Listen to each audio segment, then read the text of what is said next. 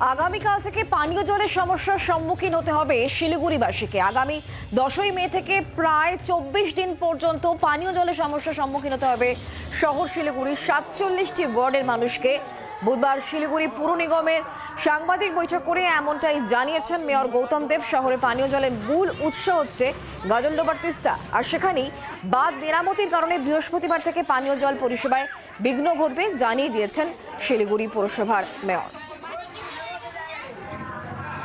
আমাদের কালকে থেকে ব্যারেজ পূর্ণোদ্যমে কাজ শুরু হবে। ফ্ল্যাশ ফ্লাডের জন্য ব্যারেজ ক্ষতিগ্রস্ত হয়েছিল।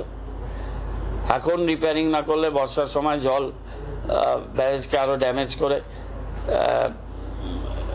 মানুষের জনবসতিতে প্লাবিত করবে।